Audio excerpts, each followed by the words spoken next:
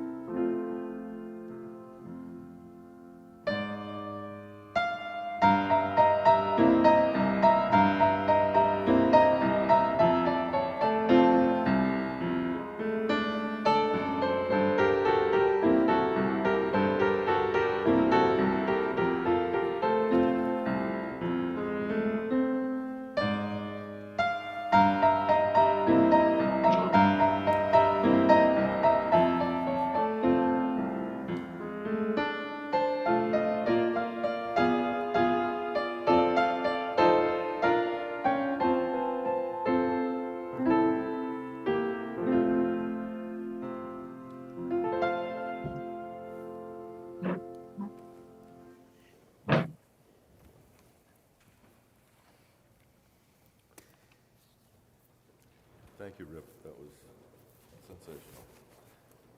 I'm Larry Roop, and I have a few announcements first.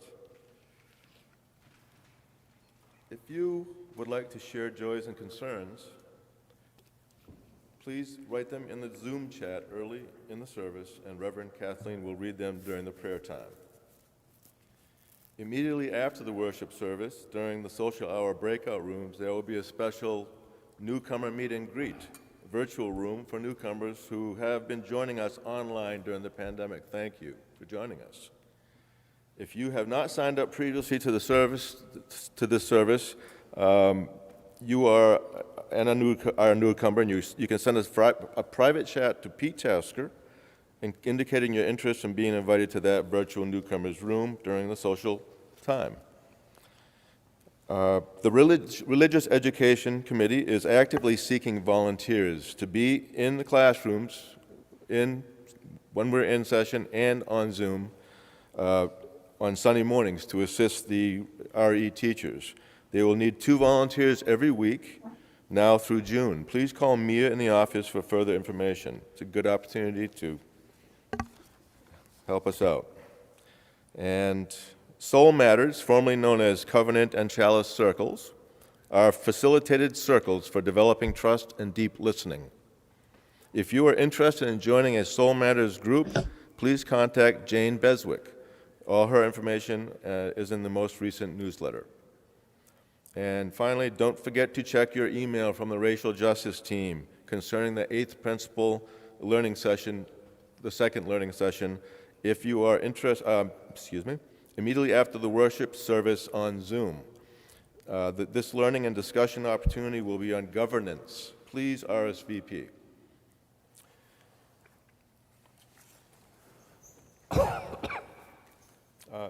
We light this chalice today in honor of the history that holds and heals us, for the stories of heroism that inspire our own, for the faces of loved ones who have passed, in whose images we see our better selves, for reminders of those who paved the path on which we travel and blessed us with advantages we didn't earn all on our own. These memories do not live in the past.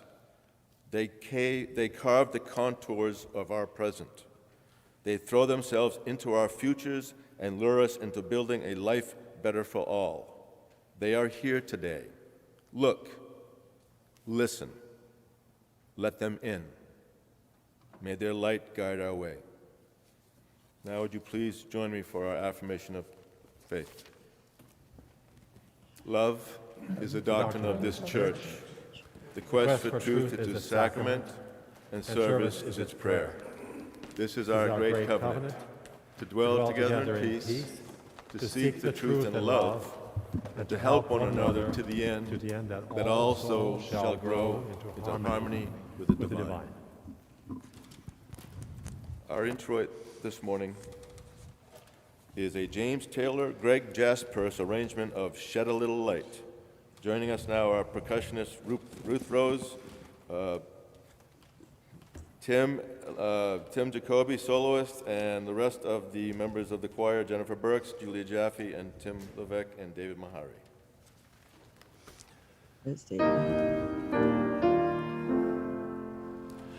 Let us turn our thoughts today to Martin Luther King and recognize that there are ties between us, all men and women living on the earth, ties of hope and love, of sister and brotherhood,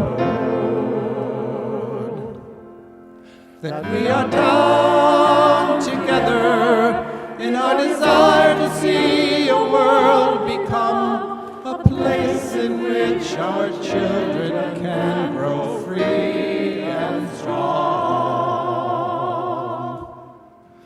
We are bound together by the task that stands before us and the road that lies ahead. We are bound, we are bound.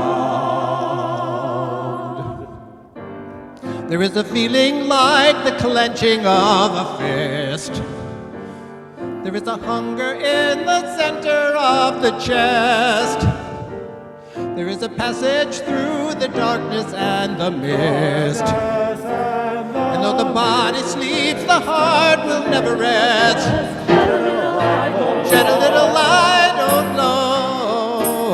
Lord. We can see. Oh, now. Just a little light, oh Lord. Just a little light, oh Lord. Stand it on up. Stand it on up, oh Lord. Oh Lord. Yeah, now. When we're walking on down. Won't you shed a little light? Can't get no light from a television. Don't give me more light from a TV screen. No, no, no, no, no, no. I want to drink my fill from the well on the hill. There's a feeling like the clenching of a fist. There is a hunger in the center of the chest. There is a passage through the darkness and the mist. And though the body sleeps, Shed a little light, Lord. shed a little light, oh Lord. We can see. Just a little light, oh Lord. Just a little light now. Send it on up. Stand it on up. Send it on up, oh Lord. We're walking on down. You shed a little light. Oh, you shed a little light, oh Lord. Whoa. Light, oh Lord. Shed a little light, oh Lord. We can see. Just a little light, oh Lord. Just a little light now. Send it on up. Stand it on up. Send it on up, oh Lord. When we're walking on down. Won't you shed a little light?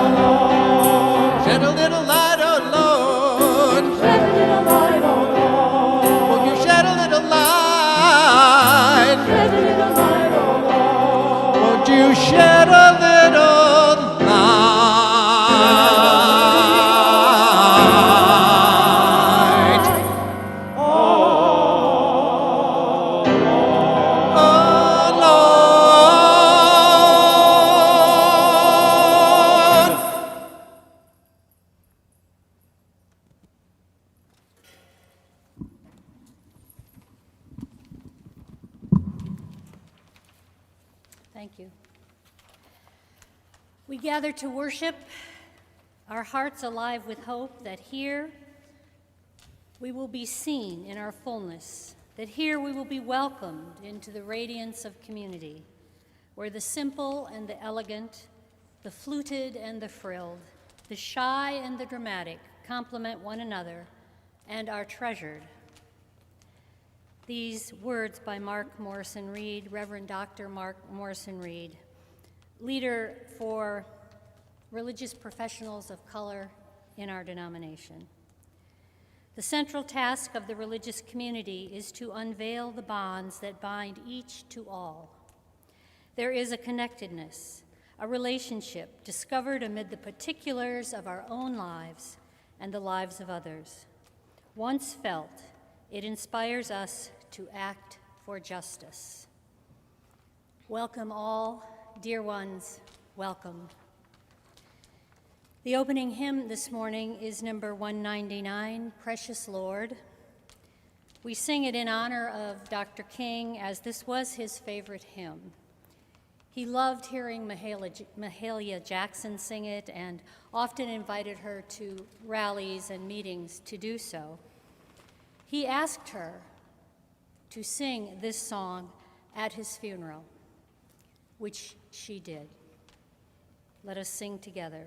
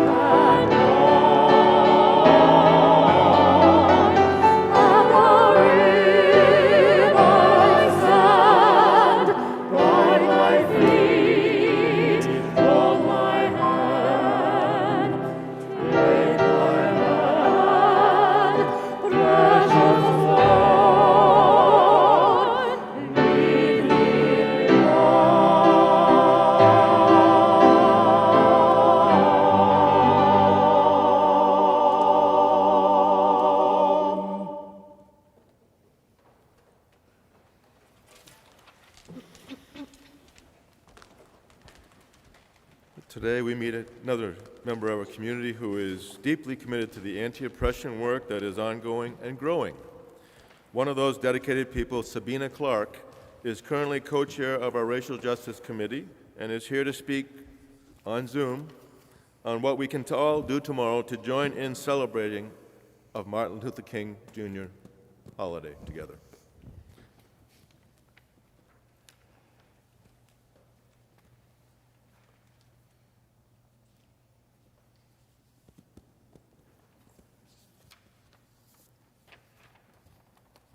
Good morning. I'm Sabina Clark. Thank you, Larry. I'm the co-chair of the Racial Justice team. Tomorrow, January 17th, Lexington will celebrate Dr. Martin Luther King Jr.'s birthday with a special day of virtual events and volunteer opportunities. I'm going to mention 3 here, but urge you to please take a look in the chat for the link to the full day's offerings. To start the day, the opening ceremonies at 9 a.m. will feature an uplifting performance by nationally acclaimed poet, songwriter, author, educator, Lexington resident, and First Parish member, Reggie O'Hare Gibson. Reggie will perform his newest work, Perspectives on African American Bostonian History and Education. He will be followed by the Lexington Middle School students presenting their essays on Dr. King and the Special Needs Arts Program Sing-Along Chorus. From 10 to 12, join us for the annual Community Conversation on Race. This event is sponsored by the Lexington Human Rights Committee and co-sponsored by the First Parish Social Justice Teams. The topic this year is the purpose of education, honoring Dr. King's legacy with racially inclusive curriculum.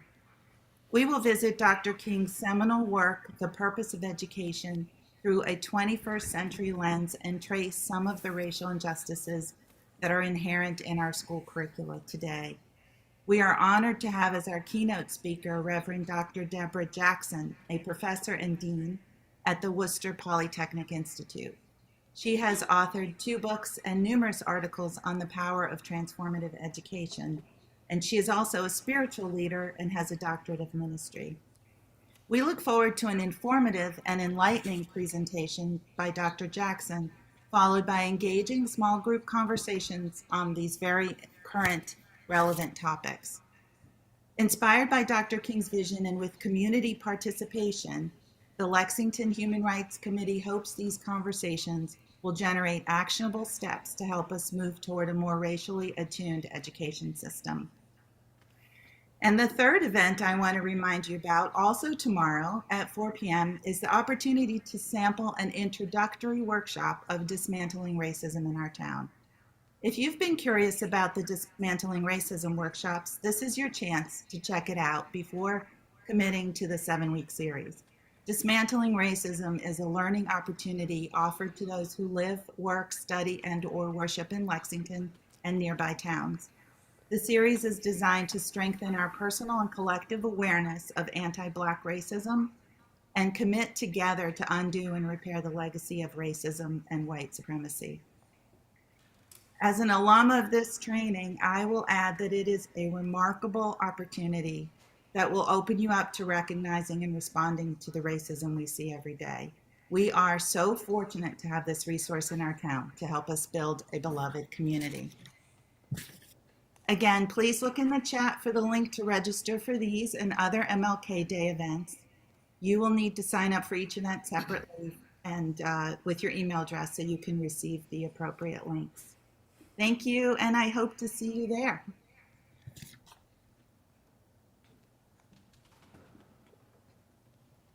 Thank you. Thank you, Sabina. I'm actually taking that Dismantling Racism course right now, and it's very much worth my time.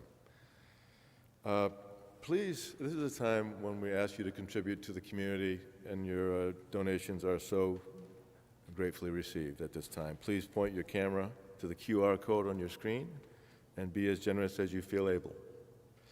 Our offertory music this morning is a Margaret Bond's arrangement of He's Got the Whole World in His Hands, sung by Jennifer Burks.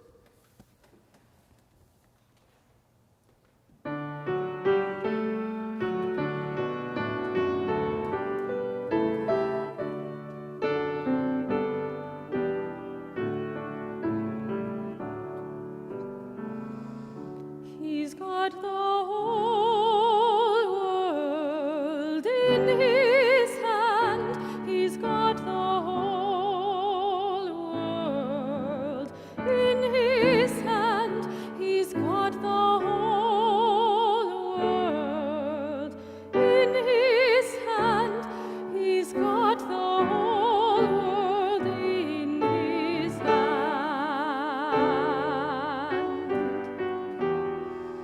He's got the woods and the waters in his hand. He's got the woods and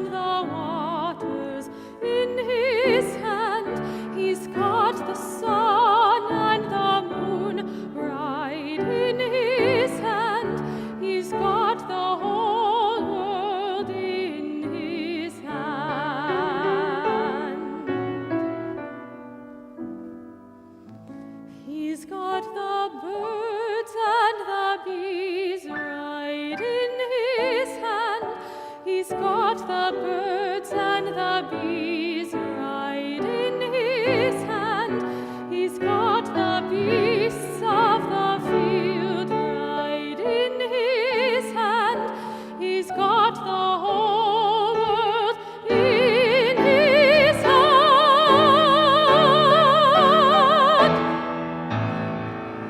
He's got you and me right in his hand. He's got you and me right in his hand. He's got everybody in his hand. He's got the world in his hand. He's got the world in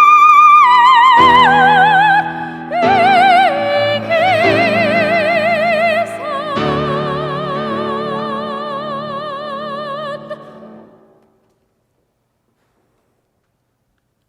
Wow. Check the chandeliers, please. That was lovely. Thank you, Jennifer. Today's reading is from Walking with the Wind by John Lewis. About 15 of us children were outside my Aunt Suneva's house, playing in her dirt yard. The sky began clouding over. The wind started picking up. Lightning flashed far off in the distance, and suddenly I wasn't thinking about playing anymore. I was terrified. Aunt Suneva was the only adult around, and as the sky blackened and the wind grew stronger, she herded us all inside. Her house was not the biggest place around, and it seemed even smaller with so many children squeezed inside. Small and surprisingly quiet. All of the shouting and laughter that had been going on earlier outside had stopped. The wind was howling now, and the house was starting to shake. We were scared. Even Aunt Suneva was scared. And then it got worse. Now the house was beginning to sway. The wood plank floor beneath us began to bend. And then a corner of the room started lifting up. I couldn't believe it, what I was seeing. None of us could. This storm was actually pulling the house toward the sky, with us inside it. That was when Aunt Suneva told us to clasp hands. Line up and hold hands, she said, and we did as we were told. Then she had us walk as a group toward the corner of the room that was rising. From the kitchen to the front of the house, we walked. The wind screaming outside, sheets of rain beating down the tin roof. Then we walked back in the other direction as another end of the house began to lift.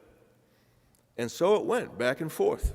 15 children walking with the wind, holding their trembling house down with the weight of our small bodies. More than half a century has passed since that day. And it has struck me more than that once time over those many years that our society is not unlike the children in that house, rocked again and again by the walls around us seeming at times as if they might fly apart. It seemed that way in the 1960s, at the height of the Civil Rights Movement, when America itself felt as if it might burst at the seams.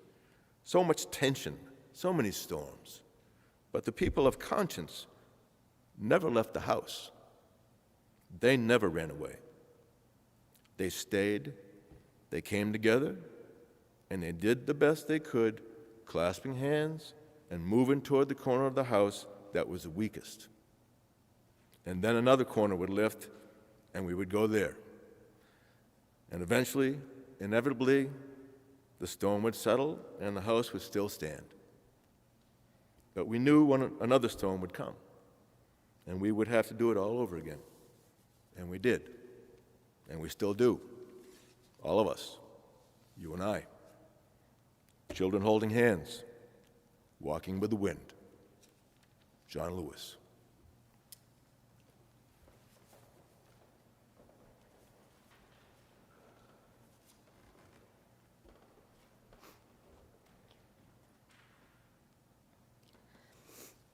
I dedicate this sermon to the 8th principle recently added to the principles of Unitarian Universalism. We, the member congregations of the Unitarian Universalist Association, covenant to affirm and promote, journeying toward spiritual wholeness by working to build a diverse, multicultural, beloved community by our actions that accountability, dismantle racism, and other oppressions in ourselves and in our institutions. Your racial justice team is offering many, many opportunities for this congregation to do just that. When Barack Obama was in the White House, a new rug was installed in the Oval Office, and 4 quotes that he chose were on the outer edges. Many of you know this. One of them is, "The arc of the moral universe is long, but it bends toward justice." The rug attributes the quote to Dr. Martin Luther King, who did indeed say it, but he did not write it. That attribution goes to the Reverend Theodore Parker, Unitarian Transcendentalist minister, radical abolitionist, who lived from 1810 to 1860. I was delighted to find his picture around here, around this building, because as many of you know, he grew up in this church. On Spring Street, he lived.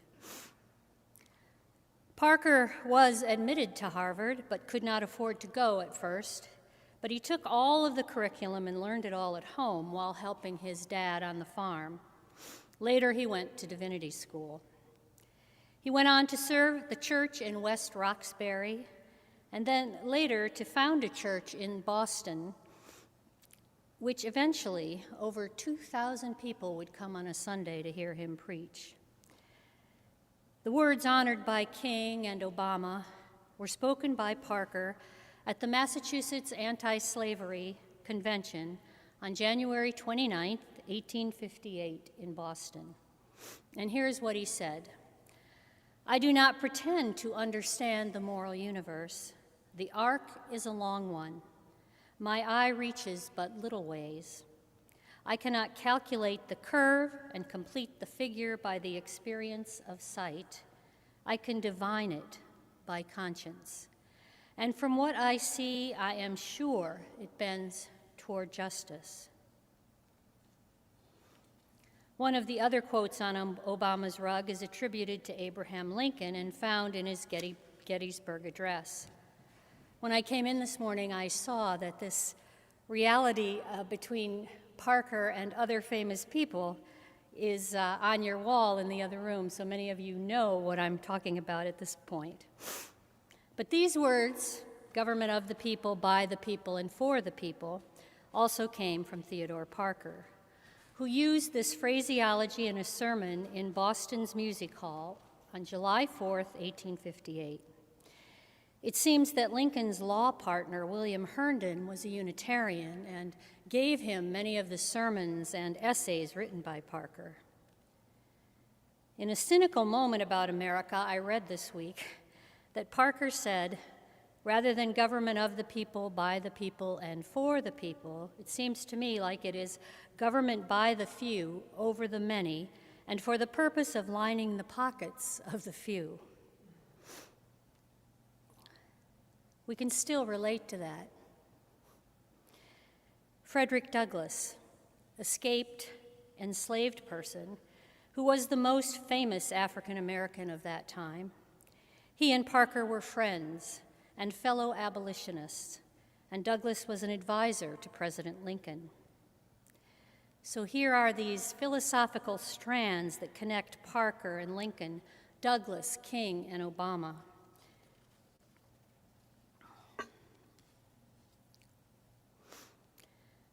Parker died in Italy of tuberculosis in 1860, and a poignant story about Frederick Douglass is that he went there 27 years later to the grave of Theodore Parker in Florence to pay tribute to him, his longtime friend. He wrote, on our first move outward after coffee was to visit the grave of Theodore Parker. He had arranged to arrive on the anniversary of his friend's death. He noticed, and he had been warned, that the gravestone was quite ragged and worn.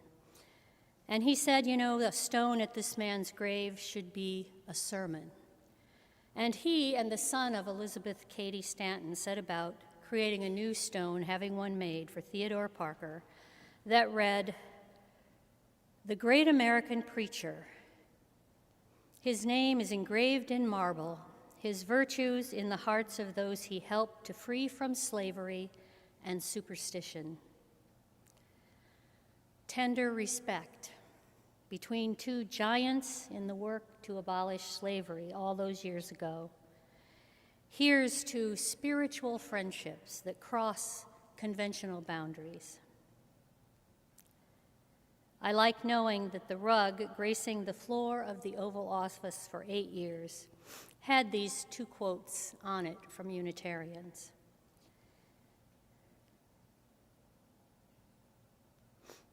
I like the web of influence between Parker, Douglas, King, and Lincoln, between them and Susan B. Anthony and Elizabeth Cady Stanton.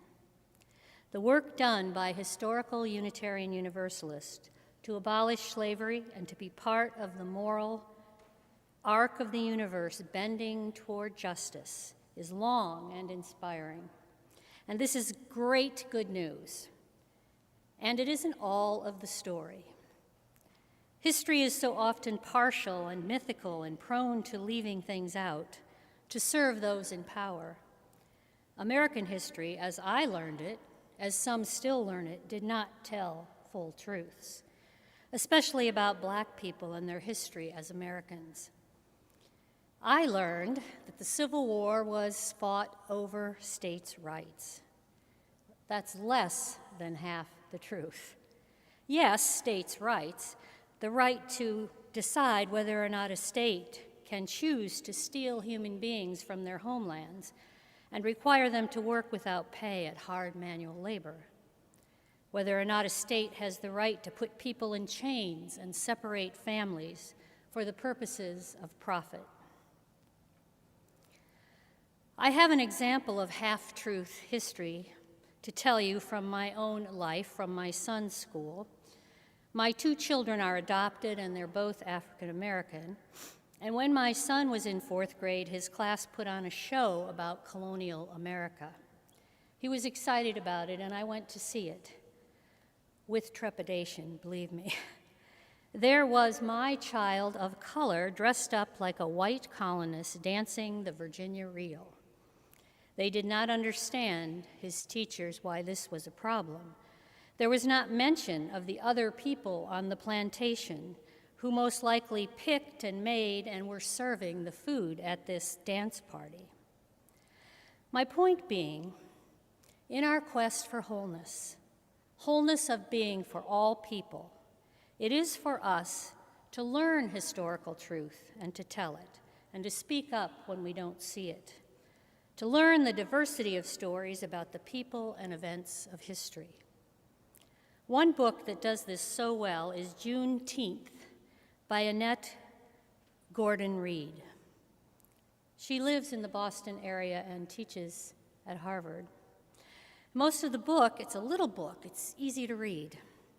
It's a look at people and events of Texas from the time of the making of the state of Texas until Juneteenth, which was the day in 1865 that Texas, the last state supposedly to know this, was told that slaves were free.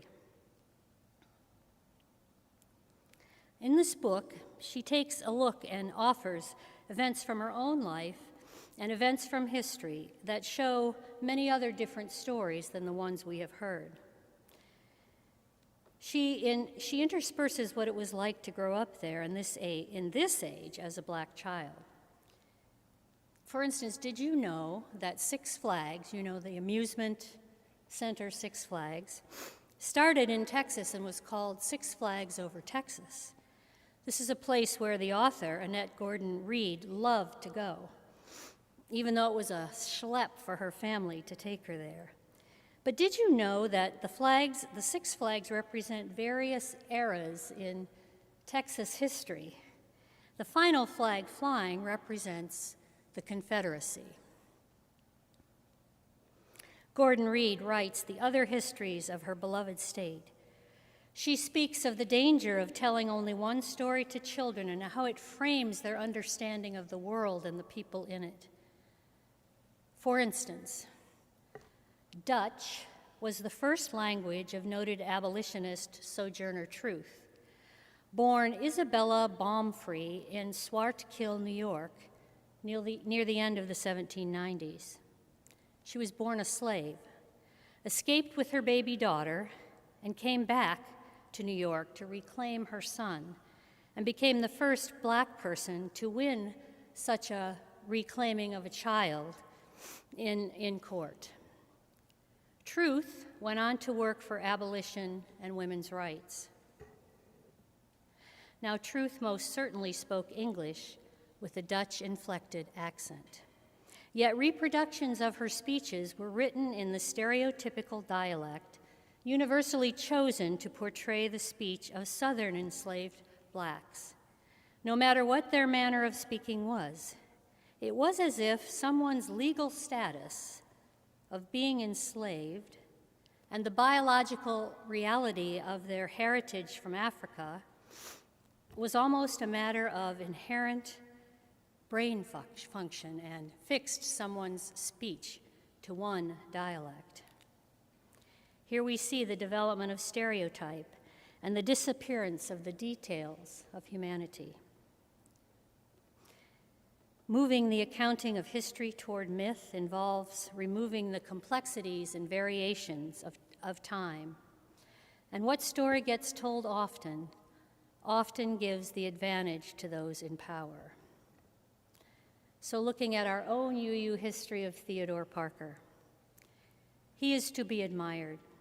He was cast out of his religion for his progressive and faith-filled views on slavery.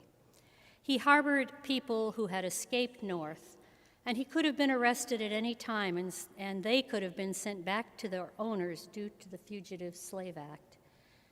I read he kept a gun on the pulpit in case he was attacked. He knew that democracy could not survive without unity of people, that this is how the arc of the nation's moral history needed to bend. And he had very racist views about people of color. At least we would call them racist views these days. He abhorred slavery, yet he did not think Black Americans would succeed like a white man could. He used disparaging terms upon occasion. His views did evolve to the better over time, but in his time, he would not have thought himself having any other opinions but the truth.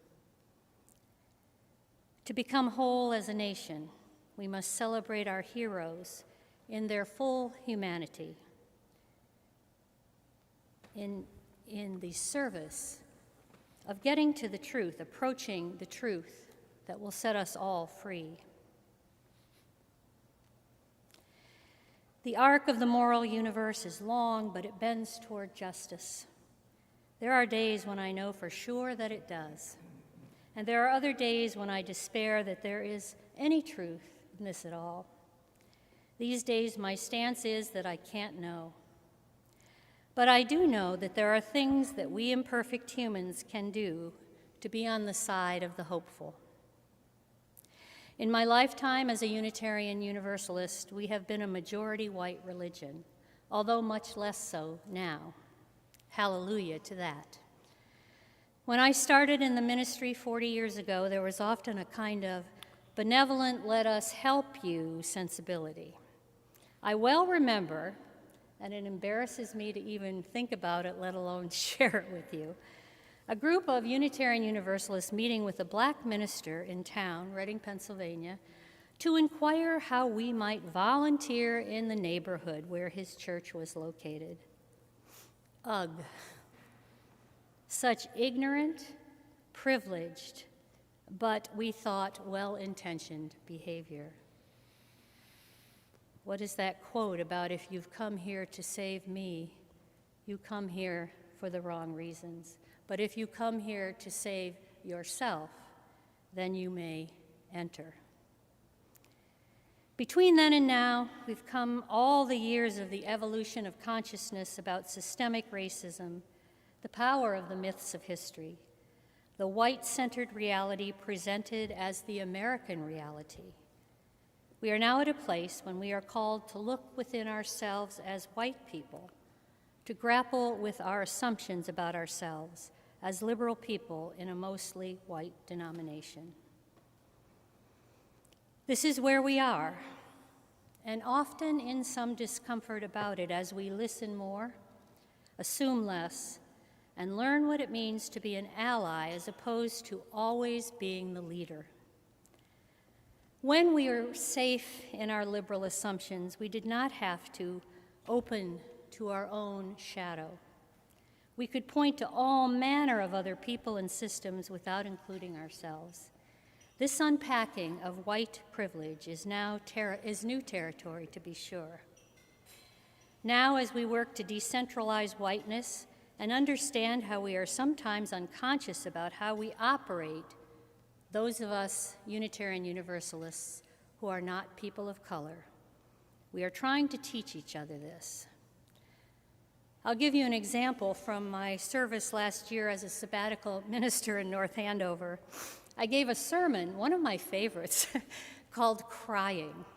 And its basic point was that the sooner we can get to how things move us and show that, tears, the sooner we will have more tender policies in our nation. It was about owning our ability as human beings to be deeply moved and letting that show. I quoted G. Gordon Liddy during Watergate as he held his hand over a lit candle saying, "The trick is to not show that you care." After the sermon, someone on their anti-racist team contacted me and said that some people in this country cannot show their tears because they are trying to navigate life in a white world, and they must be careful of who and when and why they show vulnerability. And she went on to say, some cultures within America do not show emotion easily, nor do they want to, anywhere without their family circle, and should not be called on to do so. Ugh. I didn't want to hear that. I mean, I guess I've been to just about every racism training over 40 years that the UUA has offered, as well as those outside of the UUA. My children are African American, for heaven's sakes. Deep breath. I considered what she said. She was right. And she was doing her job of decentralizing white privilege in worship. There you have it.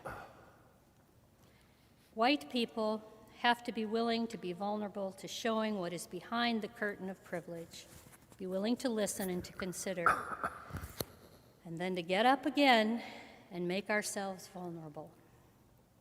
This is what the 8th principle is about, and thank you for doing that work here.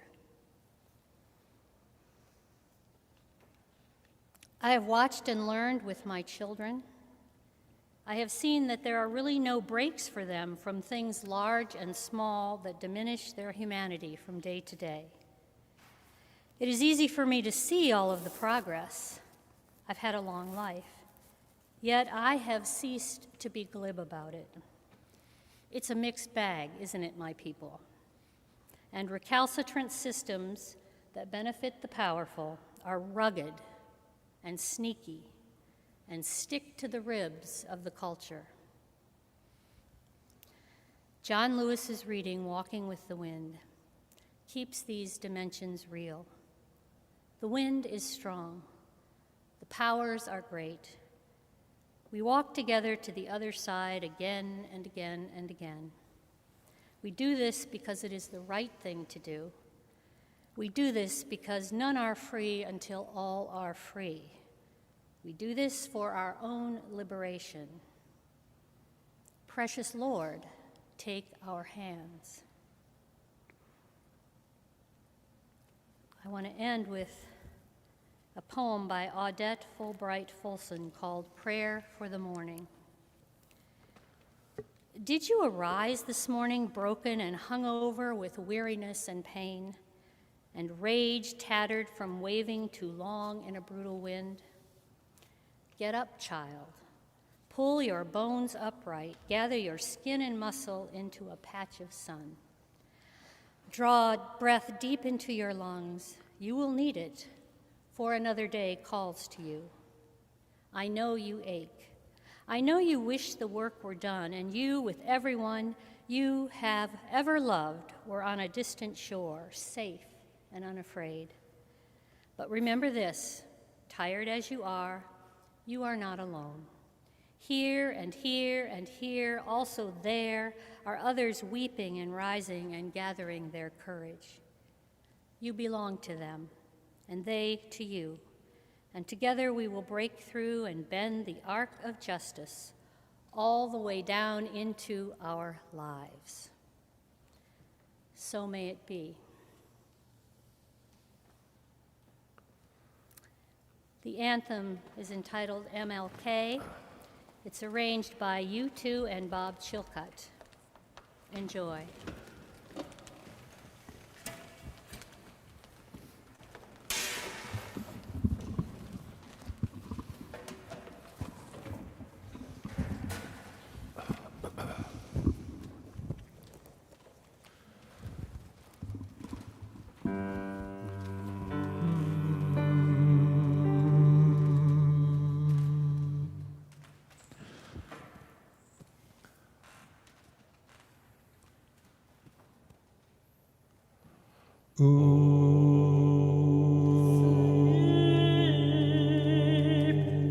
Sleep tonight, and may your dreams be realized. If the thundercloud passes rain,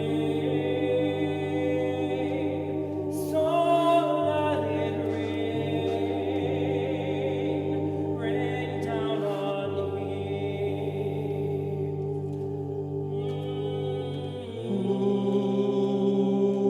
So let it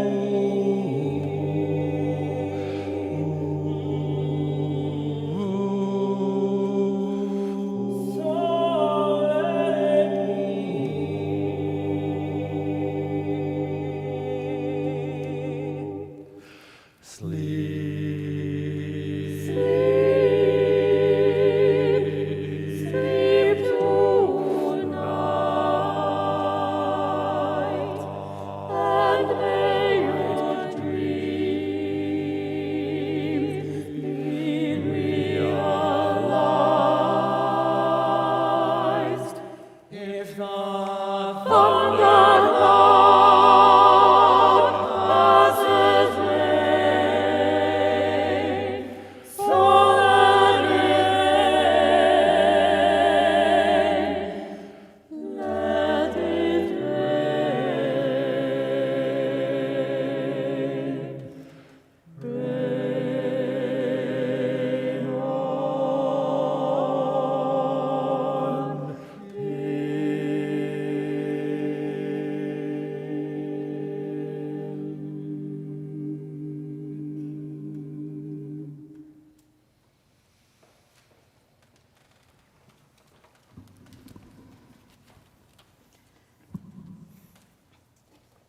So very beautiful. Thank you.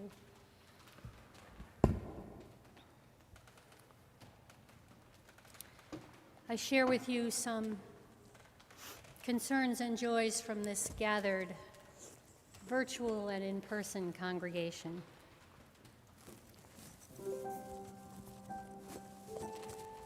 Omar Kudari shares concern for several friends who have recently tested positive for COVID.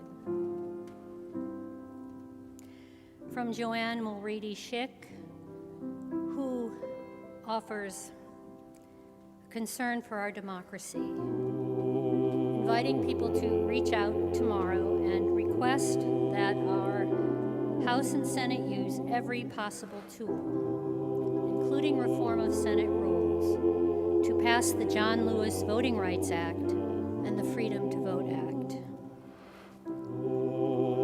Tom Rich shares joy at having a wonderful outing yesterday with daughter Nina. We call into our awareness those hostages who are now safe, taken hostage by hate amongst us. All joys we celebrate, all sorrows and fears we hear and stand in simple solidarity with one another and love. Let us pray.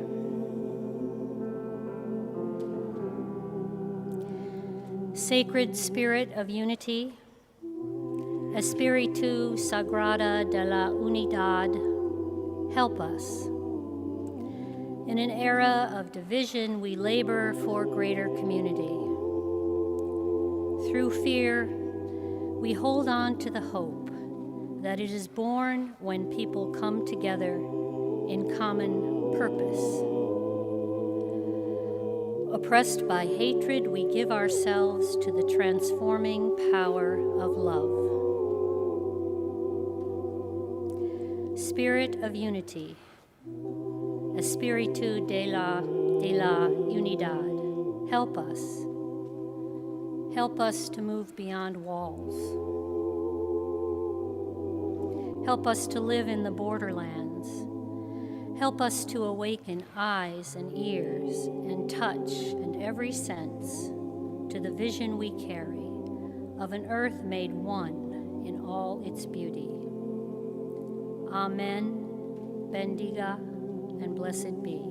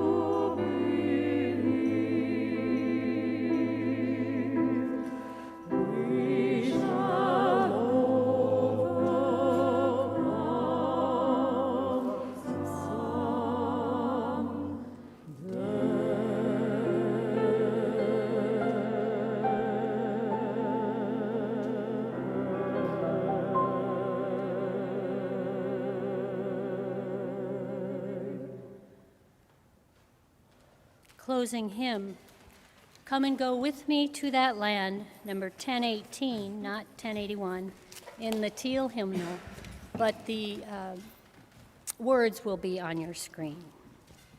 Sing joyfully.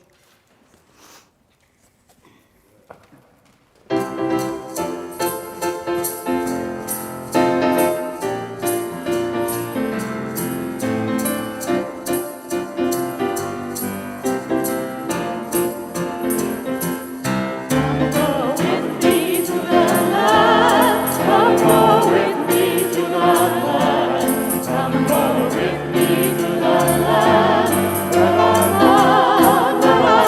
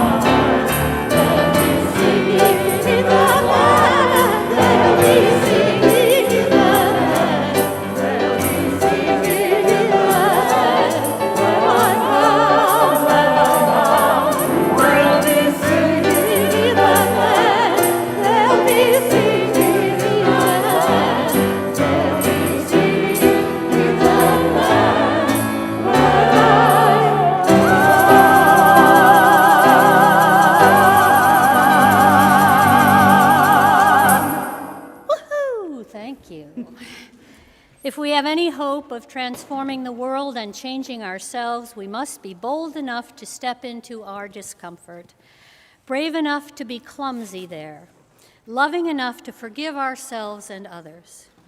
May we, as a people of faith, be granted the strength to be so bold, so brave, and so loving. And we did, and we still do, all of us, you and I, children holding hands, walking with the wind.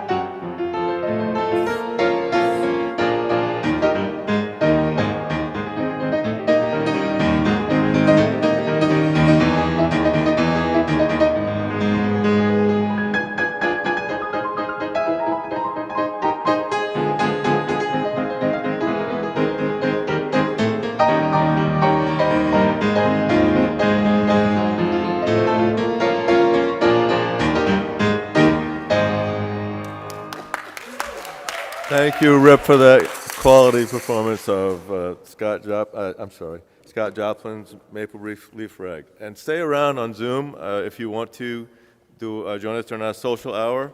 There will be breakout rooms in 5 minutes, so please stick around and get to know each other. Enjoy.